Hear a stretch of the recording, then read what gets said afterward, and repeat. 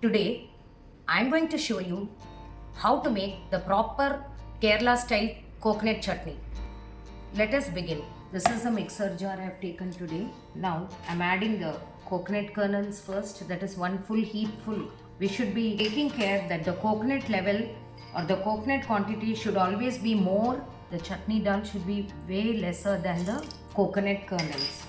Now, this is just one chili which I have chopped and kept, one small piece of ginger, just one piece of tamarind, a few sprig curry leaves, just 1 tablespoon of salt.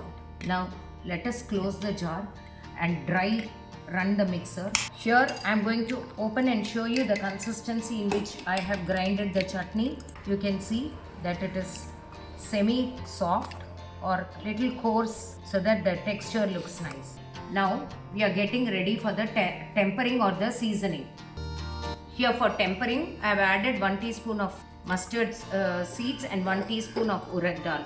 Let it get ready for the tempering, and I have a sprig of curry leaves here now. Let us do the tempering.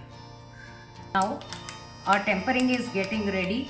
I am going to add just a 1/4 teaspoon of hing to this.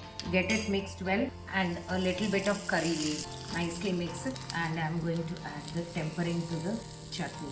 Now our delicious crispy dosas and Kerala type chutney is ready to be served now.